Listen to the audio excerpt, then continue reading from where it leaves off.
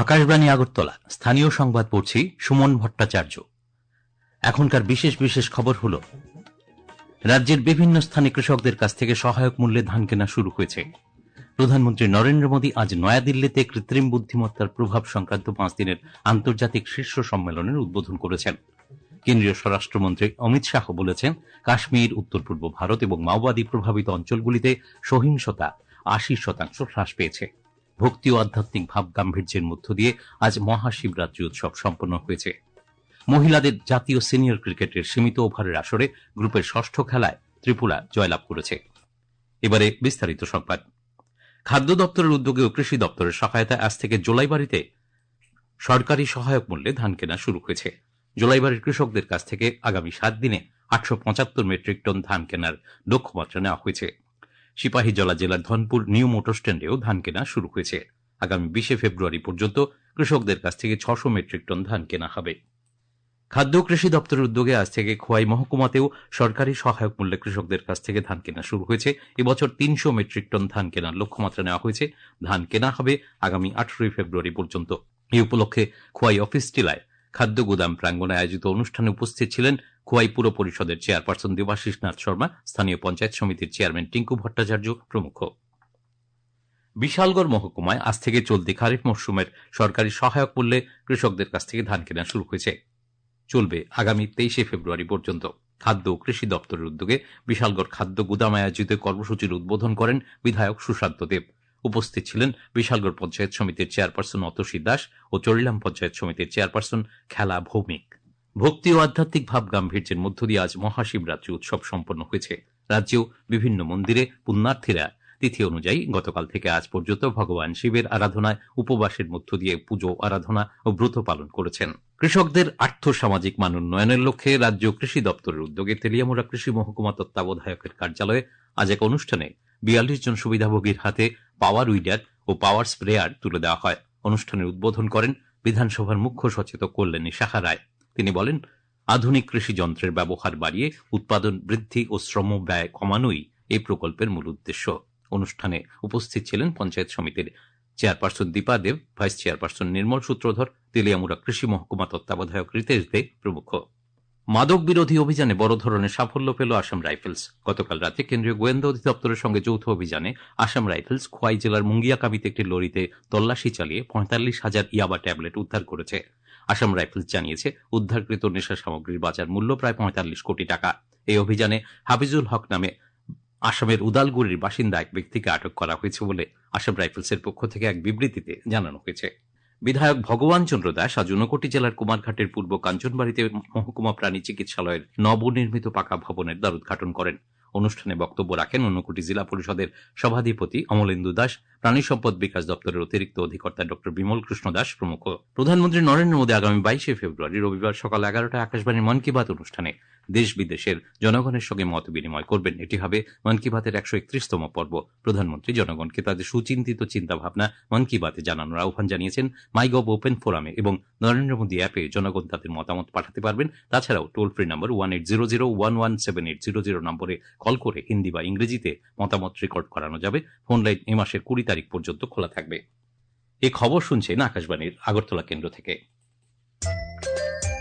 আকাশবাণীর সংবাদের আপডেট পেতে লগ ইন করুন www.newsonair.com এবং নিউজ অন এআইআর অ্যাপ এবং টুইটার ও ফেসবুক প্ল্যাটফর্মে এআইআর নিউজ এলার্টসে। ইউটিউবে লক্ষ্য করুন নিউজ অন এআইআর অফিসিয়াল। এছাড়াও আকাশবাণী আগরতলার সংবাদ আপডেট পেতে দেখুন টুইটার বা এক্স হ্যান্ডেলে আকাশবাণী নিউজ আগরতলা, ফেসবুকে এআইআর নিউজ আগরতলা এবং ইউটিউবে আকাশবাণী নিউজ আগরতলা।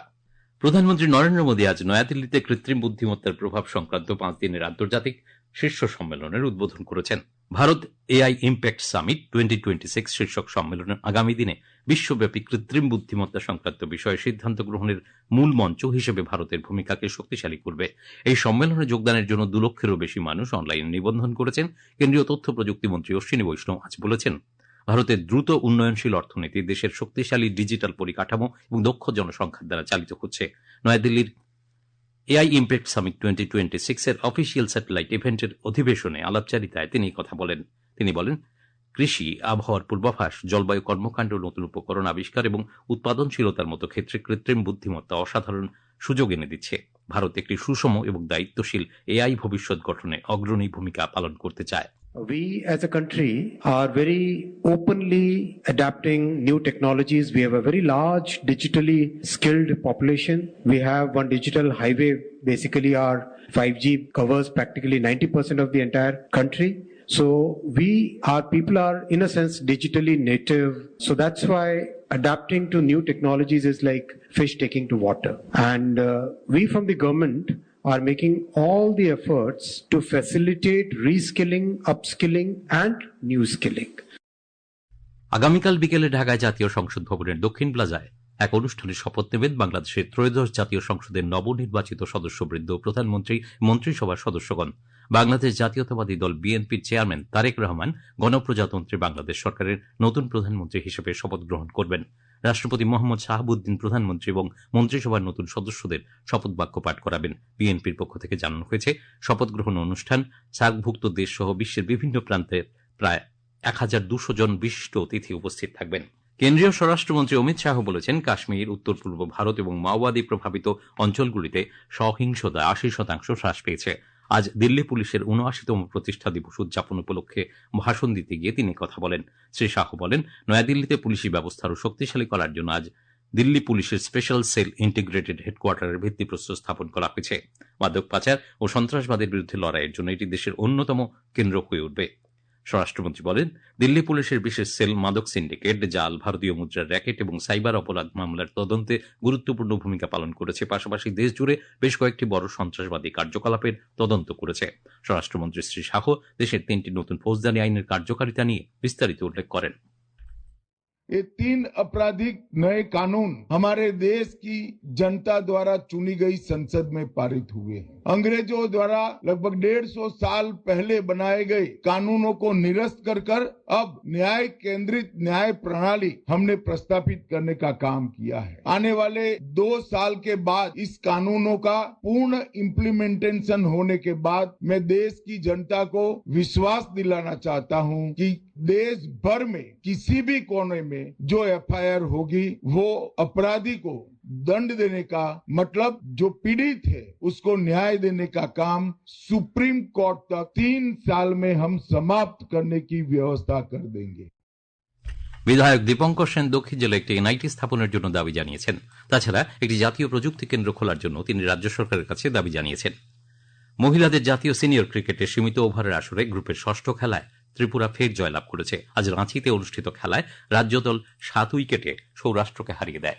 মোট 6টি খেলায় রাজ্য দল 2টিতে জয় পায়, অপর 4টি ম্যাচে পরাজিত হয়। এবারে আবহাওয়ার খবর। মধ্য ভারত মহাসাগর এবং দক্ষিণ পূর্ব বঙ্গোপসাগরের উপর একটি ঘূর্ণাবর্ত সক্রিয় রয়েছে। এর প্রভাবে আগামী 24 ঘন্টার মধ্যে দক্ষিণ বঙ্গোপসাগর ও সংলগ্ন ভারত মহাসাগর এলাকায় একটি নিম্নচাপ তৈরি হওয়ার সম্ভাবনা রয়েছে। ভারতীয় আবহাওয়া বিভাগ সূত্রে এই খবর জানা গেছে। এদিকে আগরতলায় আবহাওয়া দপ্তর সূত্রে খবর, আগামীকাল রাজ্যের বিভিন্ন স্থানে আকাশ আংশিক মেঘাচ্ছন্ন থাকবে। সকালে হালকা কুয়াশা পড়ার সম্ভাবনা রয়েছে। আজ দিনের সর্বোচ্চ তাপমাত্রা ছিল 29.5 ডিগ্রি সেলসিয়াস এবং সর্বনিম্ন 13 ডিগ্রি সেলসিয়াস। আগামীকাল সর্বোচ্চ তাপমাত্রা 30 ডিগ্রি সেলসিয়াস এবং সর্বনিম্ন 13 ডিগ্রি সেলসিয়াসের কাছাকাছি থাকতে পারে। খবর শেষ করার আগে বিশেষ বিশেষ খবর আরও একবার। রাজ্যের বিভিন্ন স্থানে কৃষকদের কাছ থেকে সহায়ক মূল্যে ধান কেনা শুরু হয়েছে। প্রধানমন্ত্রী নরেন্দ্র মোদী আজ নয়াদিল্লিতে কৃত্রিম বুদ্ধিমত্তার প্রভাব সংক্রান্ত 5 দিনের আন্তর্জাতিক শীর্ষ সম্মেলনের উদ্বোধন করেছেন। কেন্দ্রীয় স্বরাষ্ট্রমন্ত্রী অমিত শাহ বলেছেন, কাশ্মীর, উত্তর পূর্ব ভারত এবং মাওবাদী প্রভাবিত অঞ্চলগুলিতে সহিংসতা 80% হ্রাস পেয়েছে। ভক্তি ও আধ্যাত্মিক ভাব গাম্ভীর্যের মধ্য দিয়ে আজ মহাশিবরাত্রি উৎসব সম্পন্ন হয়েছে। মহিলাদের জাতীয় সিনিয়র ক্রিকেটের সীমিত ওভারের আসরে গ্রুপের 6ষ্ঠ খেলায় ত্রিপুরা জয়লাভ করেছে। স্থানীয় সংবাদ আজকের মতো এখানেই শেষ হলো। পরবর্তী বাংলা স্থানীয় সংবাদ প্রচারিত হবে আগামীকাল সকাল 7:35 মিনিটে।